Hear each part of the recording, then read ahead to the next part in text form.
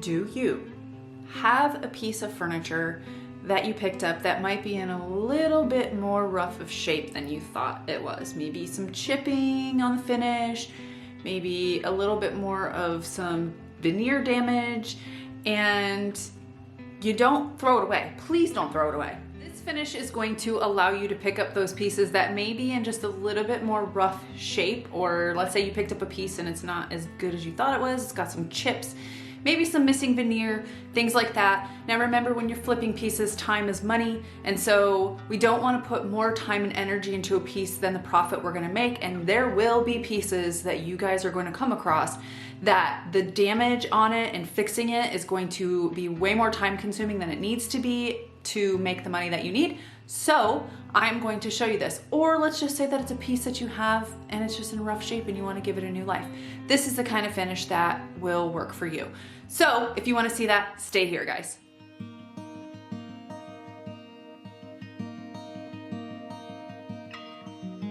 Hello everybody, welcome to my YouTube channel. My name is Crys'Dawna. If you are new here, hit the subscribe button, this little button right here.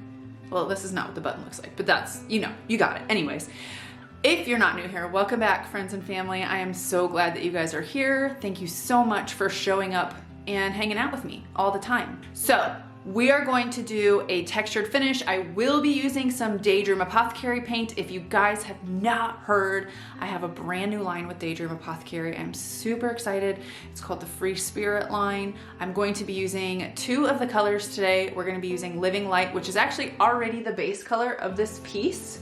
We'll probably have to put the base over a couple of these other pieces, but we will be using Living Light, which is an awesome chartreuse. And then I'm going to be using Cosmic Conquest, which is a minty green color, and that's going to be our lighter green tone.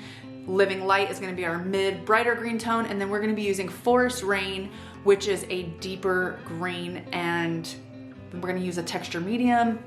I think I'm going to use Saltwash today as my texture medium, but there are tons of texture mediums you can use, so use your favorite. But we're going to use Saltwash. We're going to get started. I'm going to create kind of what you see here, and I'll zoom in a little bit so you can see, because I tested this little area. So I'm going to show you what we're going to be working on right here in a second, and we're going to get to it. So stay here. Okay, everybody, this is the finish that I'm going to show you on this piece. Obviously the base color is Living Light, which you can see up here. I've messed around, so I'm going to show you exactly how to do this, but this is Living Light. We've got some Cosmic Conquest and Forest Rain, and then we also have a texture medium on here. So I'm going to show you how to create this finish. And what this is going to do is it's going to, if you have a rough looking piece that's got some chipped veneer, some damage, it will help to kind of disguise that for your piece. Even if you have a piece that's perfect, you can still do this finish on it if you like it. So let's get started. I've already prepped this piece. Normally with all my pieces, I clean them, and I'd already done this on this piece. So we are going to do a base coat of Living Light on this entire piece, except for this piece right here. We're gonna leave that because I've already done the finish on there, but everything else we're gonna repaint it in Living Light. So we are going to do a base coat, except for the area that had already put the texture on, of Living Light. And I wanted to show you guys here really quick in the next clip how great the coverage is and how far this paint goes. So this is my new line that is with Daydream Apothecary, and it is a chalk and clay based paint. But what I'm going to do here is I want you to see how much paint I put on this paintbrush. Okay, so not like too much. And then what I did is I took a mister bottle and I mist the area with water, and what that does is it allows the paint to kind of push further. But I just wanted to show you, I only dip my paintbrush in there one time and I'm able to cover all those areas.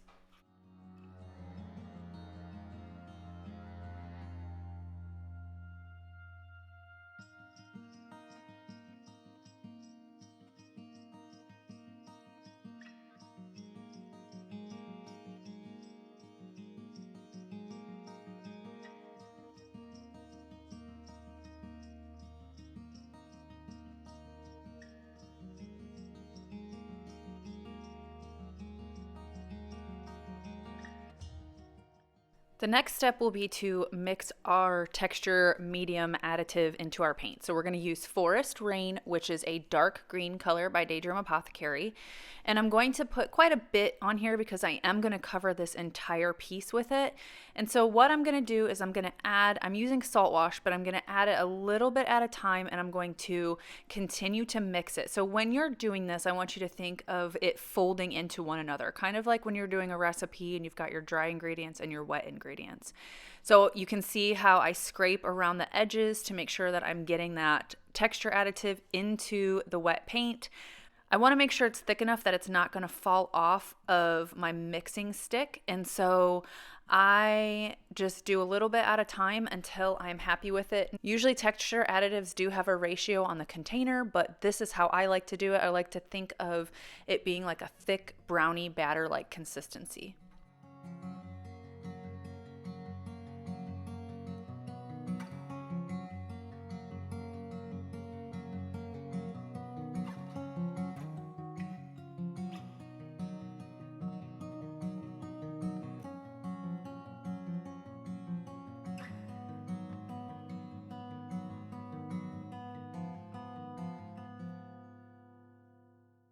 After I am happy with the consistency of my texture, additive, and paint, I am going to put it on the piece. So normally what I do is I use a cheap chip brush so that I can just throw it away when I'm done. And then I scoop it up and I brush it along the piece, and then I dab it to create peaks so that we have texture. And that's what I'm going to do on the entire piece. When I brush it along and then create peaks, it makes it go faster. You could just stipple the entire thing without doing that whole brushing, but it's going to take you a lot longer.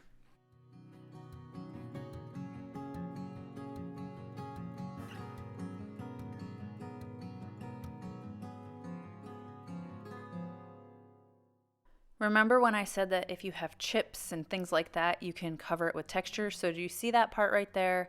What I'm going to do is add the texture medium over top of that, and you're going to see this same exact spot throughout this video and how it looks completely different. But what I'm going to do is I'm going to allow my texture additive to dry overnight on my piece, and then I'm going to take Cosmic Conquest, which is one of my newer colors, and we are going to paint over top of the entire piece.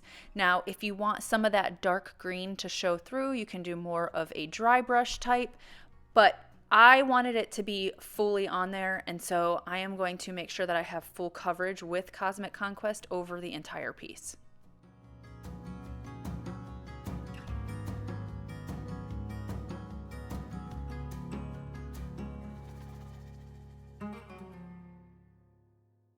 Okay, so here's that little corner again, so we're going to keep on watching this throughout the entire thing. But I am taking a mister bottle and I'm going to mist the top, and this will allow my paint to spread more. It's going to go further because that moisture from the water is going to allow it to spread further. So on larger areas, I like to do this because then I don't have to use as much paint, because you can push that paint over into areas where you want by using that water.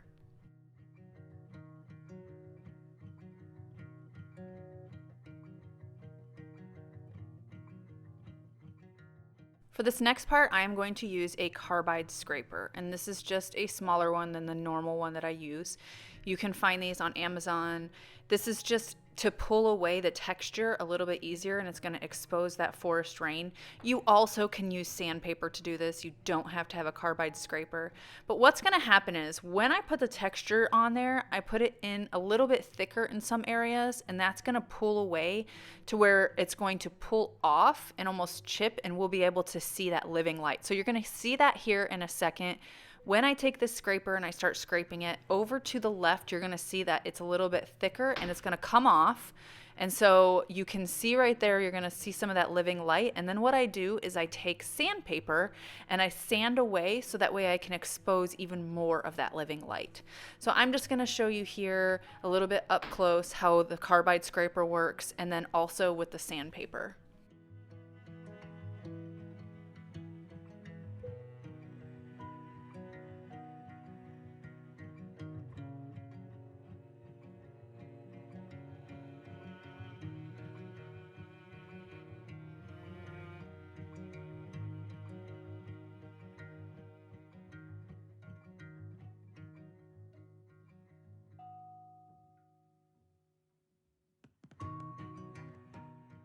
Here's another option. This is wet distressing. So I'm taking my water and I'm gonna spray water on there, and I'm taking a Scotch-Brite pad.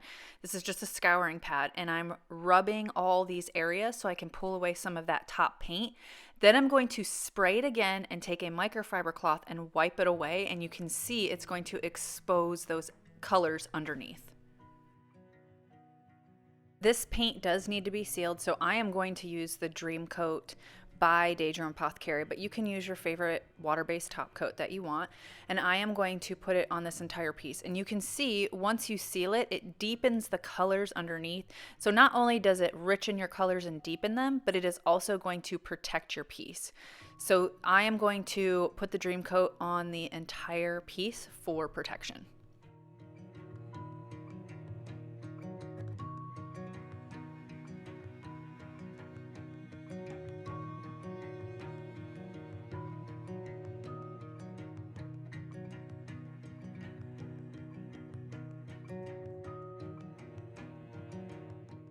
Okay, last look at this corner now that we're going to seal it, and you guys can see that even though it was chipped before, doing a textured finish is going to disguise that chipping and the imperfections on this piece. So that is something that you can use. So you can use this technique on a piece of furniture that doesn't have this, but it is going to help hide it on a piece that does have a lot of damage.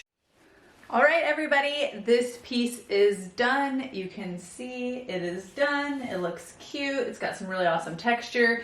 We were able to save a piece of furniture that was otherwise damaged, and now we can turn around and sell this. And it's going to be a textured finish for somebody. Everything I use will be in the description below, and happy creating, guys, and I'll see you next time. Bye. Hey, darling, can I tell you what's been on my mind? Sick and tired of the 9 to 5 in the city life. Hey, darling, we could get out of town, see the beautiful world around, wanna see it now.